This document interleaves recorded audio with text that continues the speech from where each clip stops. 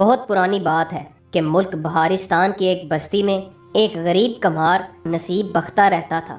وہ سارا دن محنت سے مٹی کے برتن بناتا اور شام کو اپنے گدھے پر ان برتنوں کو لاد کر شہر میں بیچتا۔ اسی بستی کے قریبی جنگل میں ایک خونخوار شیر رہتا تھا جس نے بستی والوں کا جینا دو بھر کر رکھا تھا۔ بستی کے نہ جانے کتنے ہی لوگ اور جانور اس درندے کی بھینٹ چڑھ چکے تھے۔ ایک روز کمہار اپنے کام سے تھکا ہارا واپس آیا۔ تھکن کی وجہ سے اس نے گدھے کو استبل کی بجائے صحن میں ہی باندھ دیا اور خود سونے چلا گیا۔ دوسری طرف شیر جنگل میں اپنے شکار کی تلاش میں اپنے غار سے باہر نکلا کہ اچانک شدید طوفان شروع ہو گیا۔ طوفانی ہوائیں اس قدر تیز تھیں کہ درخت اپنی جڑوں سے اکھڑ اکھڑ کر گر رہے تھے۔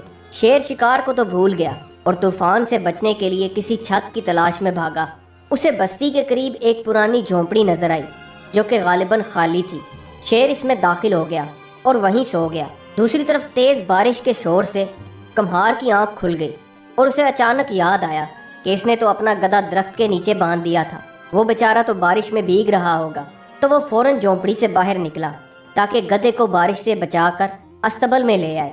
لیکن جب وہ صحن میں درخت کے نیچے پہنچا تو دیکھا کہ گدھا غائب ہے اور وہاں صرف ایک زنجیر پڑی ہوئی ہے۔ معلوم ہوتا ہے کہ میرا گدھا زنجیر کھلوا کر بارش سے بچنے کے لیے جنگل کی طرف بھاگ نکلا ہے، لیکن مجھ سے بچ کر جائے گا کہاں؟ ایک جھونپڑی سے نکل کر دوسری جھونپڑی میں پناہ لے لی ہوگی۔ وہ بارش میں ہی گدھے کی تلاش میں جنگل کی طرف روانہ ہو گیا۔ وہ بارش میں بھیگتا ہوا ایک ہی طرف چلا جا رہا تھا۔ ایک گھنٹہ گزرنے کے بعد وہ ایک ویران جھونپڑی کے پاس پہنچا۔ آسمان پر وقفے وقفے سے بجلی چمک رہی تھی جس کی وجہ سے روشنی پیدا ہو رہی تھی۔ اسی روشنی میں اس نے دیکھا کہ دروازے کے ایک طرف ایک جانور سویا ہوا ہے۔ کمہار چلایا، مل گیا میرا گدھا۔ اڑیل یہاں مزے سے پڑا سو رہا ہے۔ میں جنگل میں تمہاری تلاش میں ایک گھنٹے سے مارا پھر رہا تھا۔ دراصل یہ وہی خونخوار شیر تھا جس نے بارش سے بچنے کے لیے اس جھونپڑی میں پناہ لی تھی۔ کمہار نصیب بختہ نے اندھیرے کی وجہ سے اپنے گدھے اور شیر میں کوئی فرق محسوس نہ کیا اور غصے کی وجہ سے اس کے سر اور کندھے پر 2-4 ہاتھ جڑ دیے، ساتھ ہی چھلانگ لگا کر اس کی پیٹھ پر سوار ہو گیا۔ اس ڈر سے پھندا سخت کیا تاکہ راستے میں کہیں بھاگ نہ نکلے۔ ساتھ ہی کمہار چلایا، بڑے ضدی اور گاؤدی قسم کے جانور ہو، تم نے زنجیر کھول کر بھاگنے کی ہمت کیسے کی؟ اب تم اتنے دلیر ہو گئے ہو کہ گھر سے بھاگ نکلو اور میں تمہارے پیچھے اندھیرے میں ٹامک ٹوئیاں مارتا پھروں۔ میری بات کان کھول کر سن لو، آئندہ بھاگ نکلنے کی کوشش کی تو چارے میں زہر ملا کے کھلا دوں گا۔ یہ سن کر شیر کانپ گیا اور اس کے اوسان خطا ہو گئے۔ اس نے سوچا اگر حکم عدولی کرتا ہوں تو یہ کہیں مجھے واقعی ہلاک نہ کر دے۔ بہتری اسی میں ہے کہ اس کا حکم مانا جائے۔ تاریک جنگل اور بارش میں دوڑتے ہوئے شیر بہت خوفزدہ تھا کہ یہ میں کس مصیبت میں پھنس گیا۔ اسے اپنی گردن میں رسے کا پھندا بہت زیادہ مضبوط محسوس ہوا۔ آخر کار وہ جنگل کے کنارے ایک جھونپڑی کے سامنے رکا۔ کمہار اسے گھر کے اندر لے آیا اور صحن میں درخت کے ساتھ زنجیر سے آدھی رات کو باندھ کر سونے کے لیے اندر چلا گیا۔ صبح ہوئی تو بستی کے لوگ کمہار نصیب بختہ کے گھر کے آگے سے گزرنے لگے۔ اچانک انہوں نے درخت سے ایک قدم آگے شیر کو زنجیر میں بندھا ہوا دیکھا۔ سب حیران اور ششدر رہ گئے۔ یہ خبر دیکھتے ہی دیکھتے پورے گاؤں میں آگ کی طرح پھیل گئی کہ کمہار نصیب بختہ نے زندہ شیر کو پکڑا ہے۔ گاؤں والے اس کے گھر کے سامنے اکٹھے ہو کر شیر کو دیکھنے لگے اور اس کی بہادری کی بہت تعریف کی۔ انہوں نے کمہار نصیب بختہ کی دلیری کی زیادہ تعریف اس لیے بھی کی کیونکہ یہ شیر ان کی بکریوں اور بھینسوں کو کھا گیا تھا۔ لوگوں نے شیر کو مارنے کی بہت کوشش کی مگر ہر بار ناکامی کا سامنا کرنا پڑا۔ کمہار نصیب بختہ نے لوگوں کو بتایا کہ اس نے کوئی بڑا کام نہیں کیا، وہ تو اپنے گمشدہ گدھے کو پکڑ کر گھر لے آیا ہے۔ وہ لوگوں کی باتیں سن کر یہ بالکل بھی نہ سمجھ سکا کہ گدھا شیر میں تبدیل کیسے ہو گیا، لیکن جب کمہار نے اپنے گدھے کی جگہ واقعی شیر کو بندھے ہوئے دیکھا تو وہ خوف سے بے ہوش ہو کر گر پڑا۔ اس کی بیوی بڑی مشکل سے اسے ہوش میں لائی اور اس کی بہادری کی بہت داد دی۔ اسی ملک بہارستان کا بادشاہ دارا گل ہمسایہ ملک کے داغستان کے آئے دن حملوں کی وجہ سے بہت پریشان تھا۔ ان کی آپس میں خانہ جنگی شروع ہو چکی تھی۔ داغستان کا بادشاہ اورنگ شجاع بہت زیادہ طاقتور تھا۔ وہ بہارستان کا بہت سا علاقہ ناجائز طریقے پر اپنے قبضہ میں کرنا چاہتا تھا۔ بادشاہ دارا گل نے اپنی فوج کو تیار رہنے کا حکم دیا، لیکن وہ یہ بھی جانتا تھا کہ دشمن کی فوج کئی گنا زیادہ اور طاقتور ہے۔ اسے ان دنوں ایک ایسے ہیرو کی تلاش تھی جو اس کی فوج کی صحیح طرح سے کمان کر سکے تاکہ دشمن کو ہمیشہ کے لیے مار بھگایا جا سکے۔ اس نے فوراً اپنے وزیروں اور مشیروں کو بلوایا۔ ان میں سے ایک وزیر جس کا نام فتح جنگ تھا، اسے اچانک یاد آیا کہ کمہار نصیب بختہ تو بہت دلیر اور بہادر انسان ہے جس نے اکیلے شیر کو پکڑ لیا ہے۔ اس نے بادشاہ دارا گل کے حضور ساری کہانی بیان کر دی اور کہا، ذل سبحانی، نصیب بختہ ہی ایک ایسا آدمی ہے جو ہماری فوج کی صحیح طرح سے کمان کر سکتا ہے اور ہم اپنے دشمن کو شکست دینے میں کامیاب ہو جائیں گے۔ بادشاہ دارا گل نے فوراً ایک پیغام رساں کو نصیب بختہ کے گھر بھیجا۔ جب اسے پیغام رساں سے معلوم ہوا کہ اسے فوج کا سپہ سالار بنایا جا رہا ہے تو وہ حیران رہ گیا اور پیغام رساں کے ساتھ تیار ہو کر بادشاہ دارا گل کے شاہی محل میں پہنچا۔ بادشاہ نے اس کی خوب آؤ بھگت کی۔ بادشاہ نے اسے اگلے روز دوبارہ آنے کا حکم دیا۔ نصیب بختہ کی سٹی گم ہو گئی کہ یہ میرے ساتھ کیا ہو رہا ہے، کہاں میں ایک کمہار نصیب بختہ اور کہاں فوج کا سپہ سالار۔ گدھے نے تو شیر میں تبدیل ہو کر مجھے واقعی مصیبت میں ڈال دیا ہے۔ آخر کار غریب اور جاہل کمہار نصیب بختہ کو فوج کا سپہ سالار بنا دیا گیا۔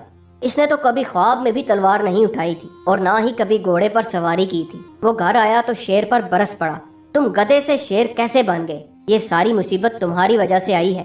نہ تم گدھے سے شیر بنتے اور نہ میں کمہار سپہ سالار بنتا۔ اس کی بیوی اپنے خامند کی بات سن کر کہنے لگی، کیوں بیچارے شیر کو کوستے ہو؟ اس کا قصور نہیں ہے نصیب بختہ، تمہارے تو بخت جاگ گئے ہیں۔ خدا کا شکر ادا کرو جس نے تمہیں سپہ سالار بنا دیا۔ لگتا ہے ہمارے دن پھرنے والے ہیں، ہمت نہ ہارو، خدا ہماری مدد ضرور کرے گا، وہ بڑا ہی کارساز ہے۔ دوسرے روز کمہار سپہ سالار نصیب بختہ تیار ہو کر بیوی کے ہمراہ شاہی محل پہنچا۔ بادشاہ دارا گل اس سے مل کر بہت خوش ہوا، ان کی اچھی طرح سے خاطر مدارت کی۔ بادشاہ نے اسے فوج کی کمان سنبھالنے کا حکم دیا اور کہا، ہمسایہ ملک کا بادشاہ اورنگ شجاع جنگی تیاریوں میں مصروف ہے، وہ آئے روز ہمارے علاقے پر ناکام حملے کرتا رہتا ہے اور منہ کی کھاتا ہے۔ ہماری فوج بھی جنگ کے لیے تیار ہے، تم اس کی صحیح طور پر کمان کر سکتے ہو۔ کل صبح دشمن سپاہی ہماری طرف بڑھیں گے، تم فوج کے ساتھ مل کر دشمن کو چھٹی کا دودھ یاد دلا دو تاکہ وہ ادھر کا رخ دوبارہ نہ کر سکے۔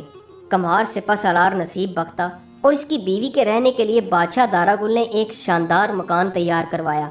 اس میں ایک استبل بھی تھا جس میں ایک طاقتور سیاہ گھوڑا اسے میدان جنگ میں لے جانے کے لیے تیار کھڑا تھا۔ کمہار سپہ سالار کو ساری رات نیند نہ آئی، وہ بہت پریشان تھا کیونکہ گھڑ سواری اسے نہیں آتی تھی۔ کمہار سپہ سالار نے سوچا، اگر میں گھوڑے سے نیچے گر گیا تو ہر کوئی مجھ پر ہنسے گا اور کہے گا کہ فوج کا سپہ سالار گھوڑے سے نیچے گر پڑا۔ میں علل صبح اٹھ کر گھوڑے پر سواری کرنے کی کوشش کروں گا۔ صبح ہوئی تو اس نے بیوی کو جگایا۔ وہ دونوں استبل میں گئے جہاں ایک خوبصورت گھوڑا بندھا ہوا تھا۔ سپہ سالار نصیب بختہ نے کہا، یہ گھوڑا تو بہت لمبا ہے، میں اس پر سواری کیسے کروں گا؟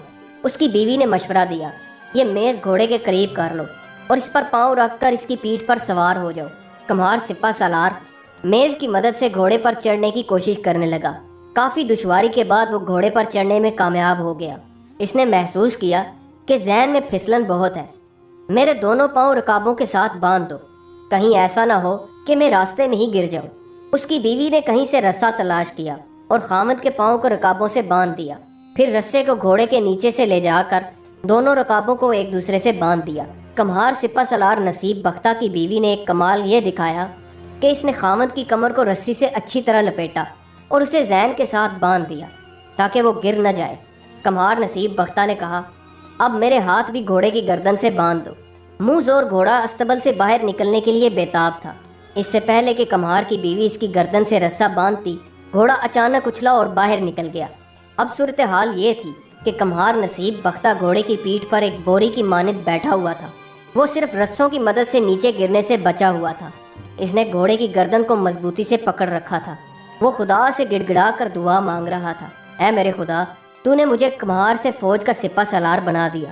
اس ملک کی حفاظت اور میری عزت تیرے ہاتھ میں ہے۔ میں تو ایک جاہل اور گنوار انسان ہوں، اپنی مہربانی سے میری مدد فرما اور مجھ کمزور انسان کی جان بھی بچا دے۔ سیاہ گھوڑا بڑی تیزی سے گلیوں میں بھاگ رہا تھا۔ اس نے شہر کی طرف جانے والے دروازوں کو اپنے سموں سے توڑ پھوڑ دیا اور کھلے کھیتوں کی جانب نکل گیا۔ اس نے ندیوں اور باڑوں کو پار کیا۔ اب سپہ سالار کمہار کا گھوڑا میدان جنگ کی طرف آ گیا اور دشمن کے خیموں کی طرف بڑھنے لگا۔ اسے پتہ چل گیا تھا کہ گھوڑا کس طرف جا رہا ہے۔ اس نے گھوڑے کو روکنے کی بہت کوشش کی مگر بے سود۔ جب کمہار نصیب بختہ کا گھوڑا ایک درخت کے قریب سے گزرا تو اس نے درخت کی ایک شاخ پکڑ لی۔ وہ اس طرح سے گھوڑے کو روکنا چاہتا تھا۔ کمہار نصیب بختہ نے درخت کی شاخ کو اس زور سے پکڑا کہ درخت کی موٹی شاخ ٹوٹ کر اس کے ہاتھوں میں آ گئی۔ بھاگتے بھاگتے اس نے اگلے درخت کو بھی ایسے ہی پکڑا، اس کی بھی شاخ اسی طرح ٹوٹ کر اس کے ہاتھ میں آ گئی۔ دشمن کے خیموں کے باہر ایک سپاہی کھڑا یہ منظر دیکھ رہا تھا۔ اس نے اپنے دشمن کی جانب سے ایک گھڑ سوار کو دیکھا جو اپنے ہاتھوں سے درختوں کو توڑتا ہوا بڑی تیزی سے ان کی طرف بڑھ رہا تھا۔ وہ سمجھ گیا کہ یہ وہی سپہ سالار ہے جس نے زندہ شیر کو پکڑا تھا، اور اب اس نے حملہ کرنے کی غرض سے ہماری طرف بڑھتے ہوئے درختوں کی شاخوں کو توڑنا شروع کر دیا ہے۔ اگر اس نے ہمیں بھی درخت کی شاخوں کی مانند توڑنا شروع کر دیا تو سپاہیوں کی ہڈی پسلی ایک ہو جائے گی۔ معلوم ہوتا ہے کہ سپہ سالار کوئی معمولی آدمی نہیں ہے، وہ ضرور کوئی دیو ہے۔ سپاہی خوفناک منظر دیکھ کر زور زور سے چلانے لگا۔ پھر اس کی نگاہ سپہ سالار کے پیچھے پڑی۔ دشمن کی فوج مقابلہ کرنے کے لیے سر پر آن پہنچی تھی۔ سپاہی کے خوفناک انداز میں چیخنے اور چلانے سے دشمن کے خیموں میں ایک کھلبلی سی مچ گئی۔ وہ برابر چلا رہا تھا، دوڑو دوڑو، اپنی جانیں بچاؤ۔ زندہ شیر کو پکڑنے والا مشہور سپہ سالار ایک بھاری بھرکم فوج لے کر آ چکا ہے۔ جس فوج کا سپہ سالار اتنا طاقتور ہو وہ ہمارا کیا حال کرے گا؟ یہ سن کر دشمن کے سپاہی خوفزدہ ہو گئے اور وہ سب گھوڑوں پر بھاگ کھڑے ہوئے۔ ان کا بادشاہ اورنگ شجاع اپنے خیمے میں بیٹھا ہوا میدان جنگ کی صورتحال دیکھ رہا تھا۔ جنگ کا پانسا اچانک پلٹ جانے پر وہ گھبرا گیا اور امن حاصل کرنے کے لیے اس نے ایک خط لکھا اور خیمے میں خط رکھ کر باہر نکلا اور گھوڑے پر سوار ہو کر اپنے سپاہیوں کے پیچھے بھاگا۔ خوفزدہ بادشاہ نے پیچھے مڑ کر بھی نہ دیکھا۔ جب کمہار نصیب بختہ کا گھوڑا دشمن کے خیموں کے قریب سے گزرا تو وہ خود بخود ہی رک گیا۔ اس نے کانپتے ہاتھوں سے رکابوں سے اپنے پاؤں کھولے تو گھوڑے سے نیچے گر پڑا۔ یہ تو خدا کا کرنا اچھا ہوا کہ اسے گھوڑے سے نیچے گرتا ہوا کسی نے نہ دیکھا۔ اس نے دشمن کی طرف نگاہ دوڑائی، وہ سب دم دبا کر بھاگ چکے تھے۔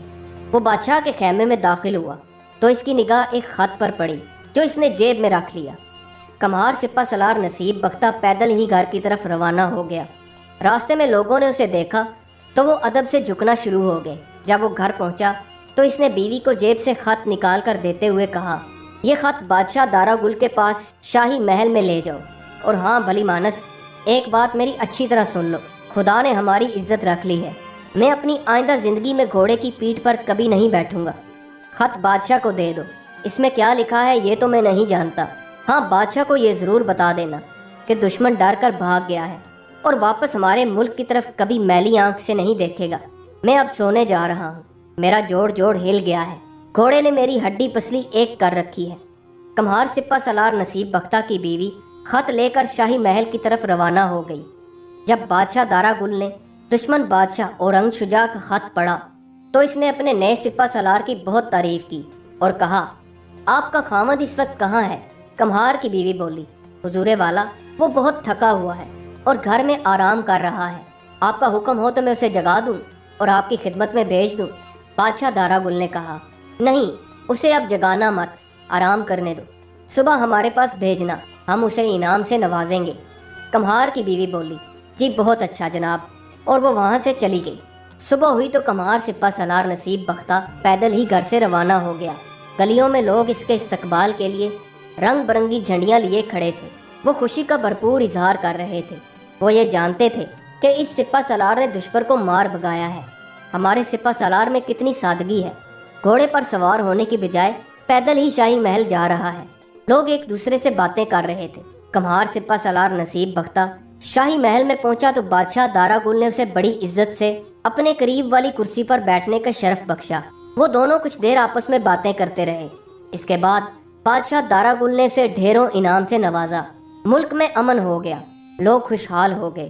دشمن ملک کے بادشاہ نے دوبارہ کبھی حملہ کرنے کی جسارت نہ کی۔ دوستو، یہ کہانی آپ کو کیسی لگی؟ کمنٹس میں اپنی رائے کا اظہار ضرور کیجیے گا اور ہمارے چینل کو سبسکرائب ضرور کیجیے گا۔ ویڈیو دیکھنے کا بہت بہت شکریہ۔